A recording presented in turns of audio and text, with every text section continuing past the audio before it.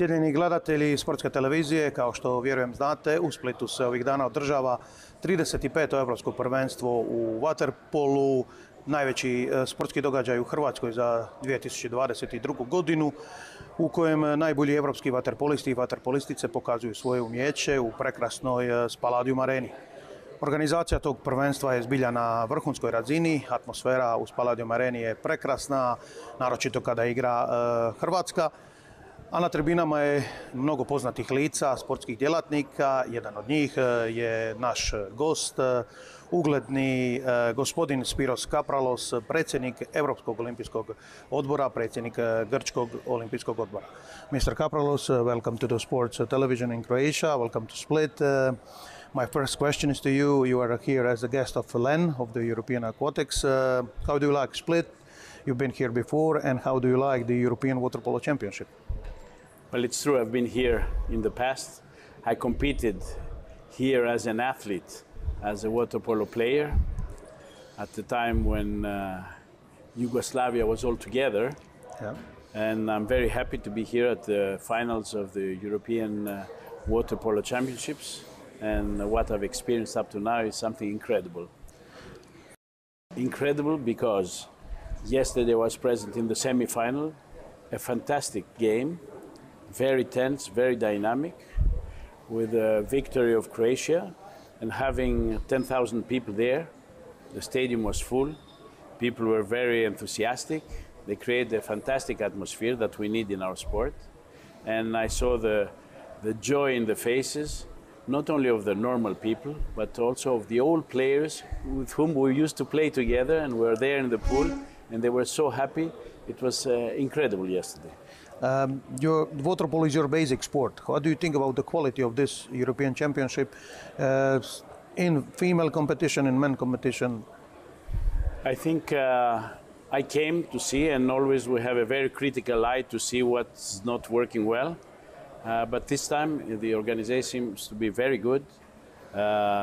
Everything is working well. The television is producing a good signal. The sport presentation is new for water polo, and it's very good, very attractive. And speaking to the players, they are very happy for the conditions here. And I think it shows that Split and Croatia can be great organizers. You're familiar also with the other sports and athletes. Beside water polo, what is your favorite sport? Can I say that, or you have maybe few of them? I like many sports. I'm a sports person. I like water polo because that's in my heart. I used to play water polo, but many sports, I follow all of them. And usually in the Olympics, I try to follow every sport. So in Tokyo, I was everywhere. I was even present when it was an all-Croatian final in double men's, where Croatia got both gold and silver, which was something incredible. It's very difficult to repeat. And also I was there when in the rowing, and I presented the medals, because you had the rower who got the bronze medal in the single. Damir Martin, yes, of course. We are here to talk a bit about your one of your main jobs. You're a chairman of the European Olympic Committee, and you're trying to build up European Games as a brand, as something which shall be a major sports event. What are your plans with the European Games? I want to say that the European Games, the father of the European Games, is somebody from Croatia. The president of the Croatian Olympic Committee, Mr. Zlatko Mateša, who had the idea, and not only the idea, but he led a working group to create these European Games. And I think his idea was very good. Now we are ready for next year to have the third edition of the European Games. And I think it's a product that's developing, and it's becoming better and better with every edition. What do we have in the European Games? In the European Games we have most Olympic sports. They happen 1 year before the Olympic Games. For many of those sports, it serves as qualification for the Olympic Games, something that secures the best athletes of Europe to be present and to do their best in order to qualify for the Olympic Games. And then we also have some sports that are non-Olympic sports, but we see potential in them and we try them. Because as you know, the International Olympic Committee is trying to develop new sports, sports that have more appeal to the young generation, And therefore, we are the ones that we started first by testing some of these sports. So in Krakow, we're going to have new sports. We did that the same in the first edition, second edition. And I think this is a right model to move ahead. Can you tell me how the preparations for Krakow are going on? Is it everything going on schedule, everything okay? We started, and it was difficult times because, first of all, we had the pandemic. For 2 years, it was very difficult to move ahead. And also, we had the new blow this year with the war in Ukraine, something that, and Poland is in the border of Ukraine. So it's something that creates more difficulties in the organization. There are about 4 million refugees going to Poland, some of them in Krakow. So things are becoming more complicated, but the Polish people are very good sport organizers. They have demonstrated that in different sports. The government is committed, the president of the country, the prime minister, the various ministers, and the marshal, and also the mayors of the cities that are organizing the games. Therefore, I think with the cooperation and collaboration of all different parties, we'll end up having very successful European Games. I'm confident of that, and it remains to be seen because time is running out. We have only 9 months for the Games. I must ask you, there is an idea that Split here, Croatia, hosts the next European Games in 2027. You know about the idea, you know that the initiative from Mr. Zlatko Mateša and the people from Split. What do you think about that idea? I think that, and from what I see, and also I see the organization now from the water polo, that first of all, Croatia is a sport nation. Croatia can be a good organizer. You have organized many good events. I know that there is already existing sport infrastructure, which the European Games will help to renovate and improve the current condition of the sport facilities that you have. It will give you the possibility also to improve the infrastructure of the city, like roads that require some things. And I think that it can be a very successful organization. But it remains to be seen. It requires cooperation between government, Olympic Committee, and the local authorities. And I think if you all embrace this idea, it can be something very good and beneficial also for the people of Split, not just for the Games, but for the day after, because we don't require to spend money and construct new facilities, sport facilities that are not needed.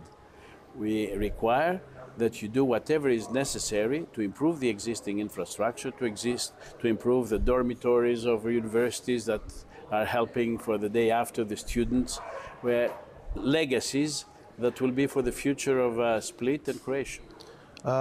You're a very good friend with Mr. Zlatko Mateša. Can that help in this idea?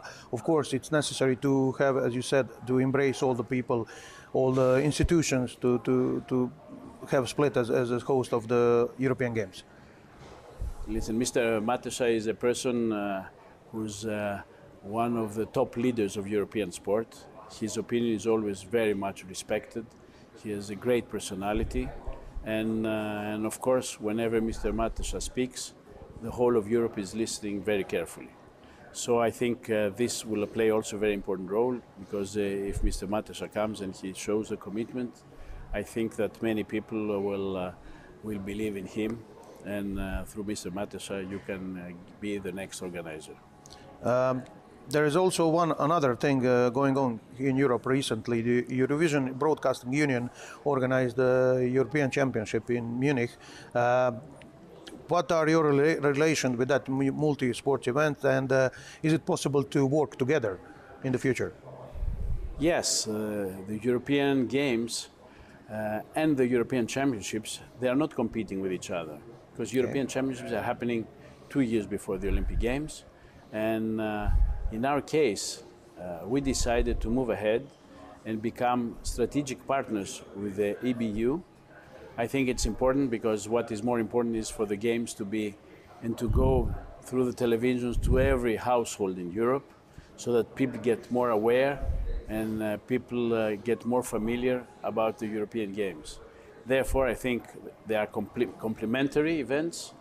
we can work together, I think, for the promotion of sport. And sport and multi-sport events, there are not so many.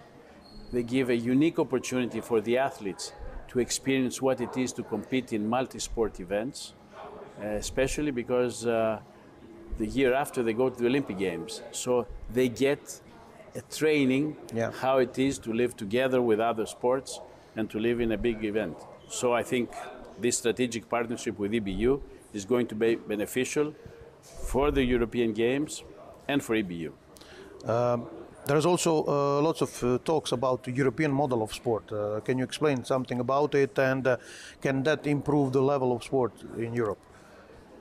We believe very much in the European model of sport. We believe very much because this is how sport has progressed in Europe. And I speak about grassroots sport, where a child starts from home, goes to the club, and from the club trains, and they get coaches, they get facilities, they go to competition where they need judges, referees. So all this sport model that is governed by a federation in each sport is at risk right now, because business interests are trying to take over the elite sport in some areas, and in order to make money, they only care about that. While federation and sport organizations, like European Olympic committees, we care about the development of sport for society, the development of the children, the love and passion for sport, and not just the events that can only make money.